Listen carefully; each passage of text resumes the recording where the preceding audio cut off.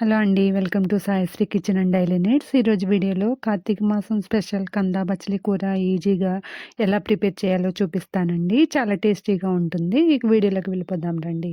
ఒక బౌల్‌లో 70 గ్రాములు అంటే సుమారు 6, 7 కాయలు చింతకాయలు వేసి, ఒక టీ గ్లాస్ వాటర్ వేసి మీడియం ఫ్లేమ్‌లో చింతకాయ మెత్తబడే వరకు ఉడకనివ్వండి. వేరొక స్టవ్ వెలిగించి కుక్కర్ పెట్టి అర కేజీ కందను కొంచెం పెద్ద ముక్కలుగా కట్ చేసి వేయాలి. దీనిలో ఒక ఉల్లిపాయను ముక్కలుగా కట్ చేసి వేసుకోవాలి. అలానే 5 పచ్చిమిర్చిని చీలికలుగా చేసి వేయాలి. దీనిలో ఒక వంకాయను కొంచెం పెద్ద ముక్కలుగా కట్ చేసి వేయాలి. 150 గ్రాముల బచ్చల కూరను చిన్న పీసెస్‌గా చేసి వేసుకోవాలి. దీనిలో పావు టేబుల్ స్పూన్ పసుపు, 1 టేబుల్ స్పూన్ ఉప్పు మీ టేస్ట్‌కి తగినట్టు మీరు యాడ్ చేసుకోండి. పావు టేబుల్ స్పూన్ కారం, 2 టీ గ్లాసుల వాటర్‌ను యాడ్ చేసి కుక్కర్ మూత పెట్టి 2 విజిల్స్ వచ్చే వరకు ఉడికించండి. ఆవిరిపోయిన తర్వాత మూత తీసి ఒకసారి గరిటెతో కంద ముక్క ఉడికిందో లేదో చెక్ చేసుకోండి.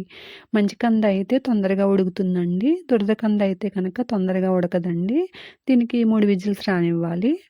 ఇలా ఉడికిన కంద మిశ్రమంలో ఉడికించి పెట్టుకున్న చింతకాయను పిసికి పులుసు తీసి గింజలు పడకుండా చెయ్యి అడ్డం పెట్టి వేసుకోవాలి.